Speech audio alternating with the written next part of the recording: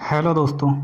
आज से हम एक नई चीज़ चालू करते हैं जिसमें हम अलग अलग प्रतियोगी परीक्षाओं में आने वाले अलग अलग विषयों को विस्तार से पढ़ेंगे और जानेंगे कि हमारी परीक्षाओं के लिए ऐसे कितने महत्वपूर्ण प्रश्न हैं जो उस सब्जेक्ट से बनते हैं जिसे हम पढ़ रहे हैं।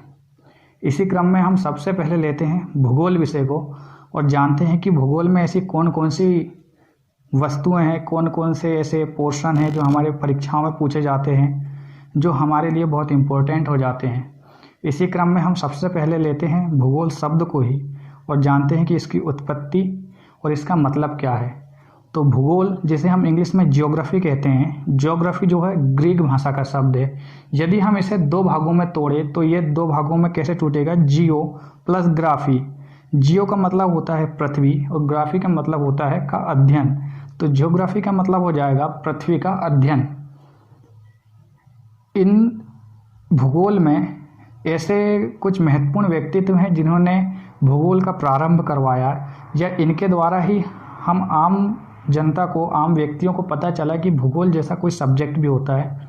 तो ऐसे प्रमुख व्यक्तित्वों को भी, हर सब्जेक्ट से रिलेटेड कुछ प्रमुख व्यक्तित्व होता है जिन्हें जानना बहुत आवश्यक होता है और हर प्रतियोगी परीक्षाओं में इनसे प्रश्न बनते ही हैं। तो भूगोल विषय में जो महत्वपूर्ण व्यक्तित्व हैं उनमें से पहले जो हैं इरेटोस्थेनीज हैं, जिन्होंने अपनी जो भी संकल्पनाएं हैं अपनी एक बुक जियोग्राफिया में लिखी है, जिससे ही जियोग्राफी शब्द बना, जो कि ग्रीक भाषा का शब्द है। इसीलिए इरेटोस्थेनीज जी को प्राचीन भूगोल का पिता कहा जाता है। ये महत्वपूर्ण प्रश्न हो गया कि प्राचीन भूगोल का पिता कौन है? तो इरेटोस्थेनीज, जिन्होंने कौन सी बुक लिखी थी? जियोग्राफिया, जिससे कौन सा शब्द आया? जियोग्राफी, जो कि ग्रीक भाषा का शब्द है। दूसरा महत्वपूर्ण व्यक्तित्व जो है उसमें है अलेक्जेंडर बोन हम्बोल्ट, जिन्होंने हमें ब्रह्मांड की विभिन्न संकल्पनाएं दी, विभिन्न चीज़ों के बारे में बताया कि हमारे ब्रह्मांड में ऐसी कौन कौन सी चीज़ें हैं जिनके बारे में हमें जानना चाहिए, या आम व्यक्तियों को उसके बारे में उन्होंने बताया। तो दूसरे व्यक्ति हैं अलेक्जेंडर बोन हम्बोल्ट, जिन्होंने अपनी पुस्तक लिखी थी कॉस्मोस, जिसमें उन्होंने अपने द्वारा जितने भी सिद्धांत, अपनी जितनी भी थ्योरी है, उन्होंने कॉस्मोस नामक पुस्तक में लिखी थी।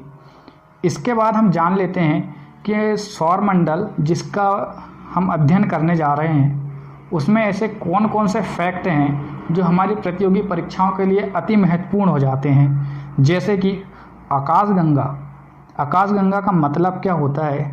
आकाशगंगाएं हैं कितनी और आकाशगंगाओं में कितने तारे हैं? आकाशगंगा, हम जहाँ रह रहे हैं, हमारी पृथ्वी किस आकाशगंगा का हिस्सा है? आकाशगंगाओं में सबसे बड़ी आकाशगंगा कौन सी है? आकाशगंगाओं में सबसे छोटी आकाशगंगा कौन सी है? हमारी पृथ्वी के सबसे नज़दीक जो आकाशगंगा है उसका नाम क्या है? ऐसे बहुत सारे महत्वपूर्ण प्रश्न बनते हैं जिन्हें हमें जानना अति महत्वपूर्ण हो जाता है। तो प्रारंभ में हमने जो दो बातें, जो महत्वपूर्ण व्यक्तित्व के बारे में जाना, जो भूगोल से संबंधित है, उनको हम नोट कर लेते हैं, फिर आगे बढ़ते हैं। तो सबसे पहले लिख लेते हैं कि प्राचीन भूगोल के पिता कौन हैं।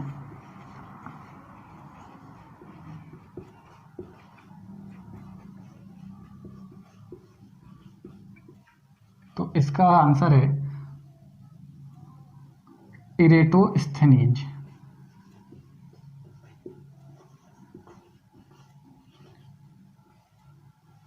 इनके द्वारा कौन सी बुक लिखी गई थी? तो जियोग्राफिया।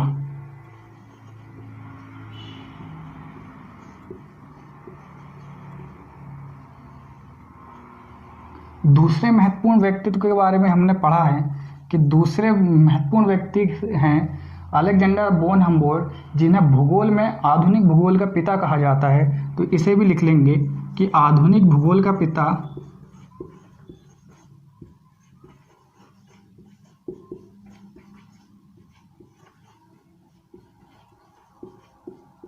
कौन हो जाएगा?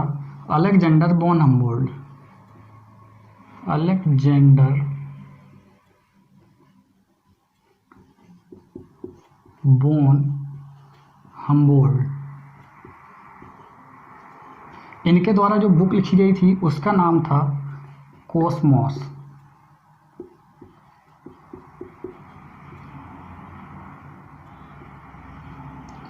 हमारी परीक्षाओं में इसी से कुछ बेसिक क्वेश्चन बन जाते हैं कि प्राचीन भूगोल का पिता कौन है बताइए, या फिर पूछ लेता है कि भूगोल का पिता कौन है। यदि प्रश्न पूछा जाता है भूगोल का पिता कौन है, तो ऐसी स्थिति में हम संकोच में पड़ जाते हैं कि भाई कौन सा पिता पूछा गया है, प्राचीन वाला पिता पूछा गया है या फिर आधुनिक वाला पिता पूछा गया है। तो ऐसी स्थिति में हमें सबसे पहले ये देखना है कि परीक्षा का जो पैटर्न है वो किस आधार पर पूछा गया है, इस हिसाब से हम उसका आंसर देते हैं। इसके बाद हम अन्य महत्वपूर्ण फैक्टर जो सौरमंडल से संबंधित होते हैं उसके बारे में जान लेते हैं। तो पहले तो मैंने बताया कि आकाशगंगा जो हमारे पूरे ब्रह्मांड में एक महत्वपूर्ण स्थान रखता है, आकाशगंगाओं के बारे में तो जान लेते हैं कि पूरे ब्रह्मांड में आकाशगंगाओं की संख्या कितनी है। तो पूरे ब्रह्मांड में आकाशगंगाओं की संख्या है 10 की घात 11, और 10 की घात 11 आकाशगंगाओं में उतने ही उनके तारे हैं। इसका मतलब क्या हो जाएगा कि आकाशगंगाओं की संख्या है 10 की घात 11 और उसके उतने ही तारे हैं, मतलब कि तारों की कुल संख्या हो जाएगी 10 की घात 22। अब आप ये अंदाज़ा लगाइए कि ब्रह्मांड की विशालता कितनी होगी। हम इसका अंदाज़ा इस हिसाब से लगा सकते हैं कि सूर्य जो है एक तारा है, और हमारे सूर्य जो एक तारा है उसके अंतर्गत 8 ग्रह आते हैं, विभिन्न उपग्रह आते हैं। हमारी पृथ्वी भी हमारे सूर्य का मतलब हमारे सौरमंडल का एक हिस्सा है। आप अपनी पृथ्वी के विशालता का अंदाज लगा लीजिए। इसके अलावा भी जो 8 ग्रह हैं, जिसमें पृथ्वी से छोटे भी कुछ ग्रह हैं, पृथ्वी से कुछ बड़े भी ग्रह हैं, जो एक सूर्य के सौरमंडल के अंतर्गत आते हैं। ऐसे तो ये हमारा एक सूर्य हो गया, ऐसे ही 10 की घात 22 और उनके अलग अलग सौरमंडल होंगे, उनमें विभिन्न अलग अलग ग्रह होंगे। तो आप ये सोचिए कि ये दुनिया, ये ब्रह्मांड कितना विशाल है। जब हम भूगोल पढ़ते हैं तो हमें भूगोल पढ़ने का मज़ा, हमारे अंदर भूगोल पढ़ने की उत्सुकता तभी जागेगी कि हम ये जानने का प्रयास करें कि हमारी जो ब्रह्मांड है वो कितना विशाल है। हम जब इस विषय को पढ़ रहे हैं तो हमें क्या क्या उसके बारे में जानने को मिलेगा। इसके बाद एक महत्वपूर्ण प्रश्न ये बन जाता है कि ब्रह्मांड में जो सबसे बड़ी आकाशगंगा है उसका नाम क्या है। आप में से कुछ लोगों को पता होगा, लेकिन बहुत से लोग ऐसे होंगे जिन्हें नहीं पता।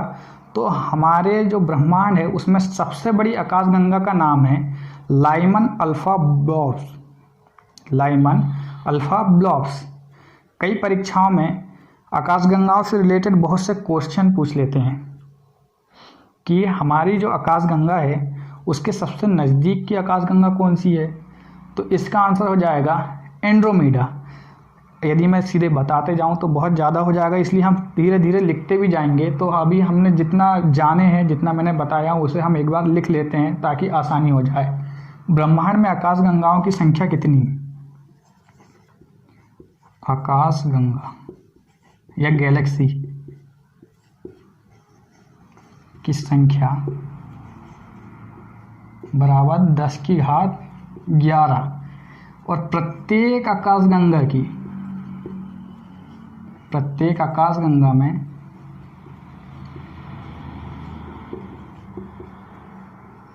उतने ही तारे हैं।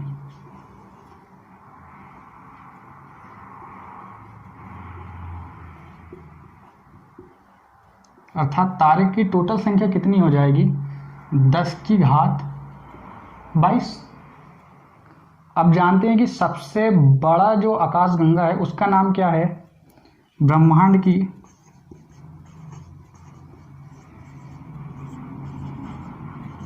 सबसे बड़ी आकाशगंगा कौन सी है।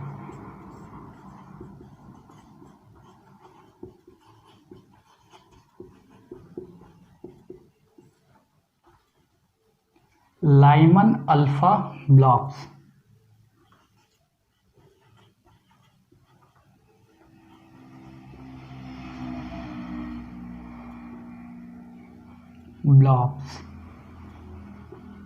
Lyman alpha blobs. इसके बाद एक और फैक्ट क्या आता है कि हमारे जो आकाशगंगा है उसके सबसे नज़दीक की आकाशगंगा कौन सी है। तो हमारी आकाशगंगा के सबसे नज़दीक की आकाशगंगा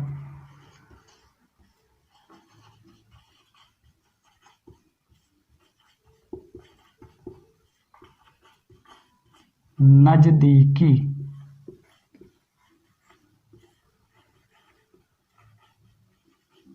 आकाशगंगा क्या हो जाएगी? एंड्रोमेडा।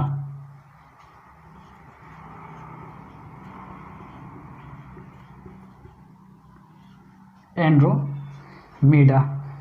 ऐसे ही अलग अलग परीक्षाओं में अलग अलग प्रश्न पूछते हैं कि हम जो आकाशगंगा में रह रहे हैं उसका नाम क्या है, उसकी आकृति कैसी है। तो हम जिस आकाशगंगा में रहते हैं वो उसका नाम क्या है? दुग्ध मेखला या फिर सर्पिलाकार आकाशगंगा। इसे हम दुग्ध मेखला भी कहते हैं या फिर मंदाकिनी भी कहते हैं। हम जिस आकाशगंगा में रहते हैं वह कौन सी है? मंदाकिनी। इसे दुग्ध मेखला भी कहते हैं और इसका आकार जो है सर्पिलाकार है। आपने कई बार देखे होंगे कि जब हम रात में देखते हैं तो हमें विभिन्न अलग अलग तारों का झुंड दिखाई देता है। ये अलग अलग तारे जो है हमें सर्प के आकार का दिखता है, इसलिए हमारी जो आकाशगंगा है उसका आकार हम सर्पिलाकार मानते हैं। इसके अलावा ये देखते हैं कि हमारी आकाशगंगा में या फिर जो आकाशगंगाएं हैं उनमें सबसे चमकीला तारा कौन सा है? ग्रह और तारे दोनों में अंतर होते हैं। कई बार परीक्षाओं में ग्रह पूछ लिया जाता है और दो ऑप्शन में से एक ऑप्शन तारे का दिया होता है और हम जल्दबाजी में तारों का ऑप्शन क्लिक करके आ जाते हैं। तो हमें ऐसी स्थिति से बचना है। तो हमारी आकाशगंगा का सबसे चमकीला भाग कौन सा है? Orion nebula. तारों का झुंड कहलाता है ये। हमारी आकाशगंगा का सबसे चमकीला भाग है ओरियन नेबुला। और हमारी आकाशगंगा का सबसे चमकीला तारा कौन सा है? सीरियस या फिर डॉग स्टार। हमारी आकाशगंगा का सबसे चमकीला तारा है सीरियस या डॉग स्टार। ये दोनों प्रश्न अलग अलग हैं। आपने ध्यान दिया होगा कि हमारी आकाशगंगा का सबसे चमकीला भाग कौन सा है, तो इसमें आ जाएगा ओरियन नेबुला। अर्थात ओरियन नेबुला का मतलब होता है तारों का झुंड। और दूसरा क्वेश्चन है कि हमारी आकाशगंगा का सबसे चमकीला तारा कौन है। मतलब हम जिस आकाशगंगा में हैं, मंदाकिनी आकाशगंगा में हैं हम, उसमें से एक तारा है सूर्य। इसके अलावा भी एक तारा है जिसका नाम है सीरियस या डॉग स्टार। वो जो है हमारी आकाशगंगा का सबसे चमकीला तारा है। सूर्य के इसके बाद हम देखते हैं कि यदि सूर्य हमें रोशनी देना बंद कर दे या सूर्य से हमें रोशनी ना मिले, तो सूर्य के नज़दीक ऐसा कौन सा तारा है जिससे हमें ऊर्जा, हमें प्रकाश मिलेगा। तो उसका नाम है प्रॉक्सिमा सेंचुरी। पहले इतने को लिख लेते हैं फिर आगे समझते हैं।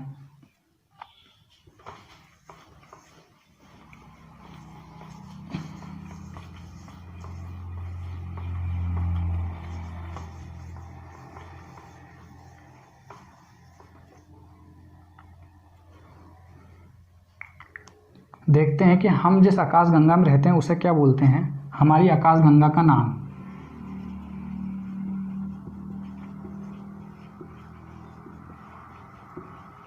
आकाशगंगा का नाम मंदाकिनी या इसी को क्या बोलते हैं? दुग्ध मेखला। और हमारी आकाशगंगा का आकार क्या है? हमारी आकाशगंगा का आकार है सर्पिलाकार।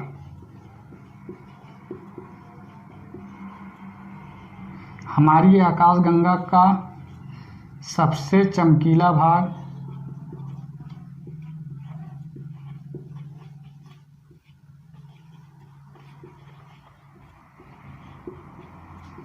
Orion nebula.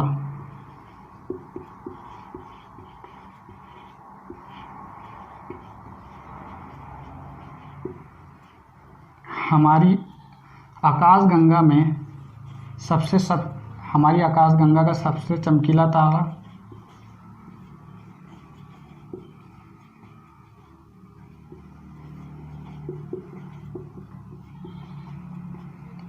सबसे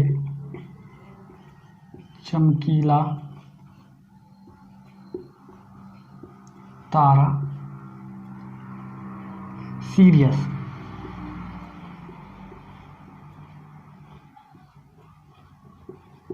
ये इसी को बोलते हैं डॉग स्टार। इतना नोट कर लीजिए। इसके अलावा हमने जाना था कि यदि सूर्य हमें रोशनी देना बंद कर दे तो सूर्य के नज़दीक सबसे मतलब सूर्य के नज़दीक जो तारा है वो कौन सा है, तो सूर्य से सबसे नज़दीक, सूर्य के सबसे नज़दीक का ग्रह कौन सा है,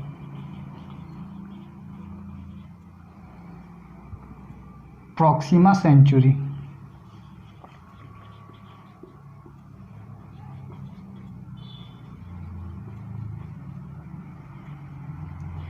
अभी हमें ये जानना ज़रूरी है कि ग्रह और तारे में अंतर होता है।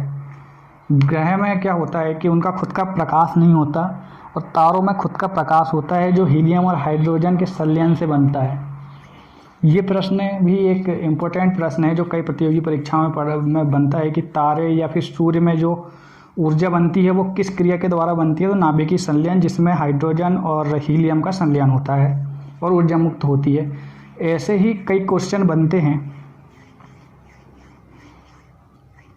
आप सब ये नोट कर लीजिए।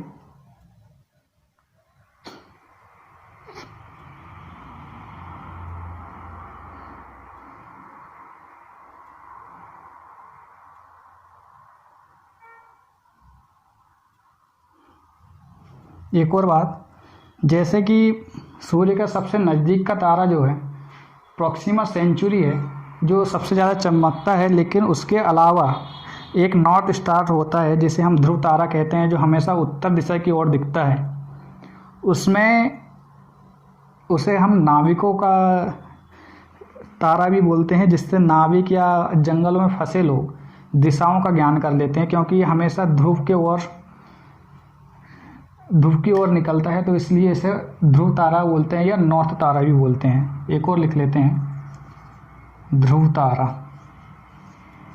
चमकीले तारों में से एक है। यदि मान लो सूर्य नहीं रहा तो सूर्य के स्थान पे हमें कौन उजाला देगा, थोड़ा बहुत जो भी देगा, प्रॉक्सिमा सेंचुरी। प्रॉक्सिमा सेंचुरी भी नहीं रहा तो बचा कुचा अंधेले जैसे का, जीरो बल्ब जैसे का जो भी हमको उजाला देगा वो ध्रुव तारा देगा। ठीक है। इसके बाद कुछ और बातें हैं जो भूगोल विषय में बहुत महत्वपूर्ण है, जैसे कि विभिन्न प्रकार की संकल्पना है, जैसे कि पृथ्वी केंद्रित, सूर्य केंद्रित, इन्हें किसने दिया, कब दिया, ये बहुत सारे महत्वपूर्ण क्वेश्चन हैं जो बनते हैं, तो इनके बारे में जान लेते हैं।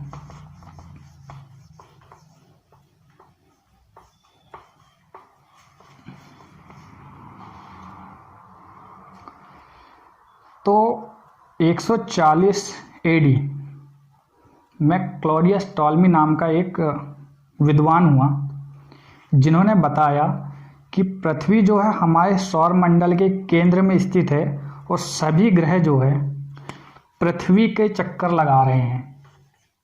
एक विद्वान हुए थे, ये पृथ्वी हो गई और ये इसके चारों ओर अलग अलग ग्रह जो है चक्कर लगा रहे थे, बोले 140 एडी में।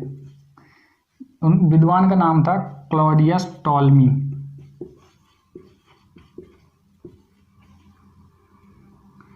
क्लॉडियस टॉलमी, इस संकल्पना को उन्होंने नाम दिया जियोसेंट्रिक।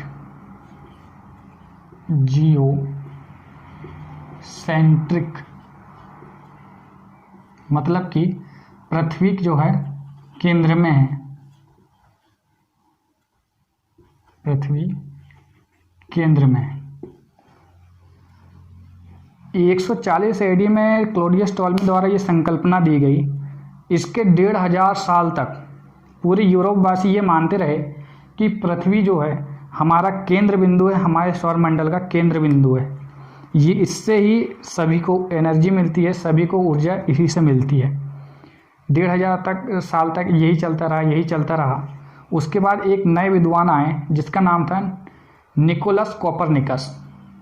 1543 ईस्वी 1543 एडी में एक नए विद्वान आए जिसका नाम था निकोलस कोपरनिकस। उन्होंने बताया कि भैया जो पृथ्वी है वो एक ग्रह है और पृथ्वी जो है हमारे सौरमंडल के बीच में स्थित नहीं है। ये जो है खुद सूर्य के चक्कर लगाते हैं और सूर्य जो है हमारा जो है मतलब कि पावर बैंक है, मतलब कुल मिला के सूर्य जो है केंद्र में है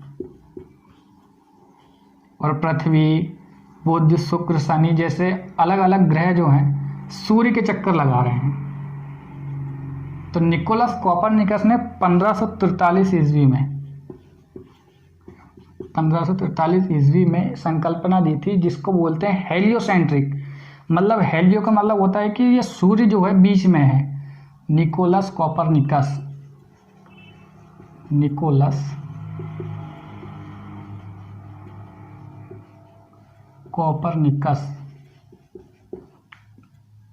1543 ईस्वी एडी में कौन सी संकल्पना दी थी? हेलियोसेंट्रिक।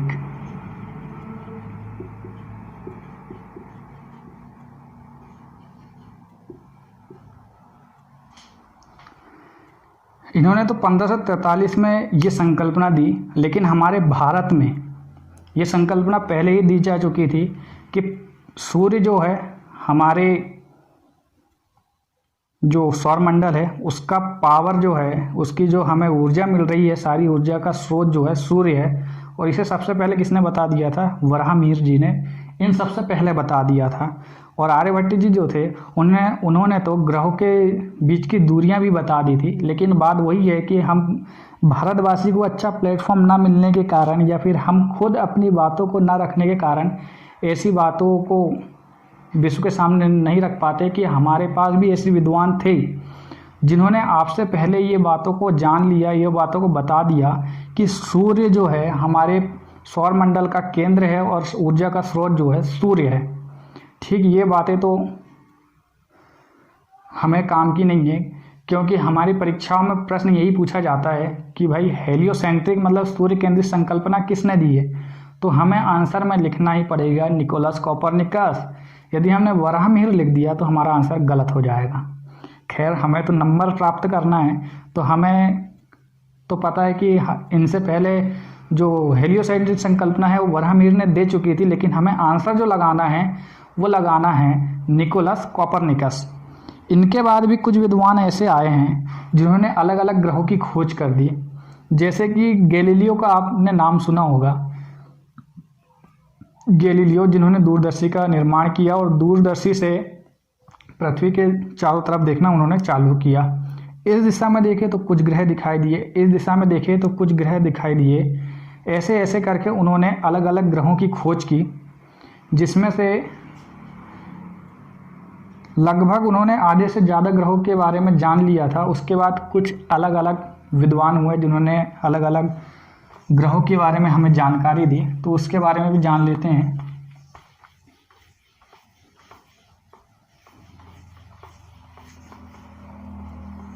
इससे पहले लिख लेते हैं कि जियोसेंट्रिक और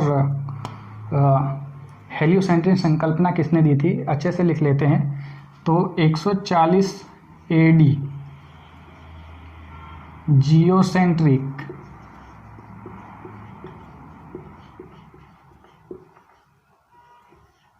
किसने दी थी? Claudius Ptolemy.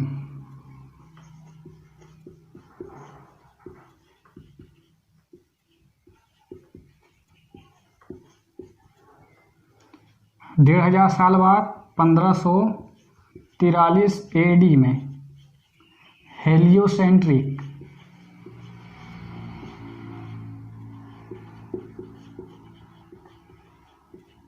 किसने दी थी? Nicholas Copernicus.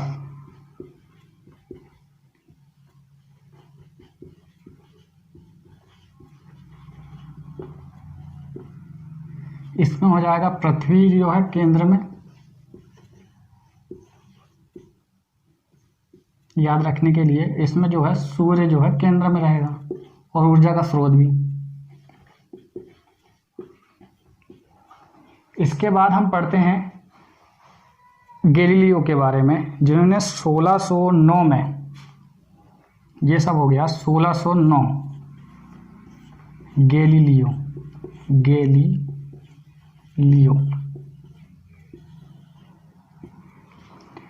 तो आप भी जानते हैं, मैं भी जानता हूँ कि सर्वप्रथम दूरदर्शी का जो निर्माण जो किया था गैलीलियो ने ही किया था।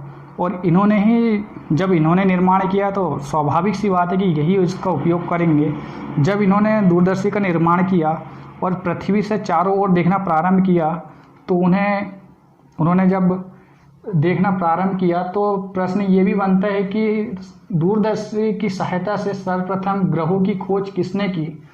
तो इसका आंसर हो जाता है गैलीलियो ने 1609 में। अब क्या किए गैलीलियो भैया ने?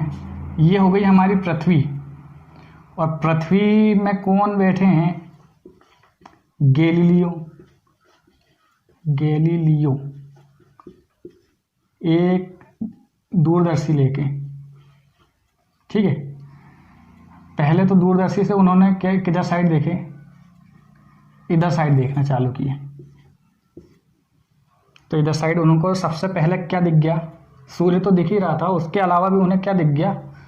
बुध ग्रह दिख गया। इधर साइड कौन सा ग्रह दिख गया? शुक्र ग्रह दिख गया।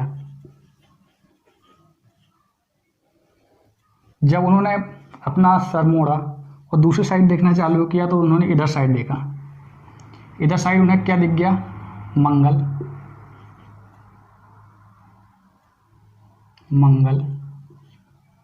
फिर मंगल के साथ उन्हें बृहस्पति भी दिख गया।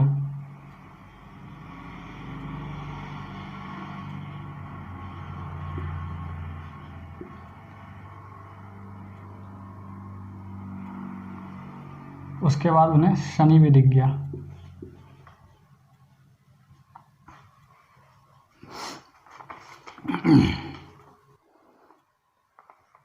तो ऐसे करके इन्होंने 1, 2, 3, 4 और 5 ग्रहों की खोज तो भैया गैलीलियो जी ने ही कर डाली थी। 5 ग्रहों की खोज गैलीलियो ने ही कर डाली थी, जिसमें बुध, शुक्र, मंगल, बृहस्पति, इन्होंने इनकी खोज 1609 में ही कर डाली थी, जब इन्होंने दूरदर्शी का निर्माण किया था। इसके बाद अलग अलग विद्वान आए, जैसे कि इसके बाद जो हम आज जानते हैं कि इसके शनि के बाद जो ग्रह आता है वो अरुण आता है। और अरुण ग्रह की जो खोज की थी वो ब्रिटिश खगोल शास्त्री विलियम हर्शेल ने की थी। विलियम हर्शेल ने ही ये बताया था कि जो हमारी आकाशगंगा है, हम आकाशगंगा के एक बहुत छोटा सा हिस्सा है। इस बात का एहसास हमें ब्रिटिश खगोल शास्त्री विलियम हर्शेल ने बताई थी। और जो अरुण ग्रह की खोज है वो भी किसने की थी? विलियम हर्शेल ने। इसके बाद आ जाएगा अरुण ग्रह की खोज विलियम हर्शेल। और ये संकल्पना कि हमारा जो सौर मंडल है वो हमारी आकाशगंगा का एक छोटा सा हिस्सा है, ये सिद्धांत या फिर ये थ्योरी जो दी है विलियम हर्शेल ने ही दी है। और अरुण ग्रह की खोज भी विलियम हर्शेल ने की थी, जो कि वैसे तो एडी पूछा नहीं जाता, यदि फिर भी हम जानना चाहें तो 1805 में।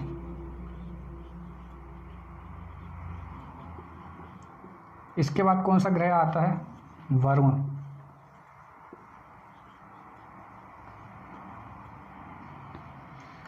वरुण ग्रह की खोज की थी जॉन गैले ने।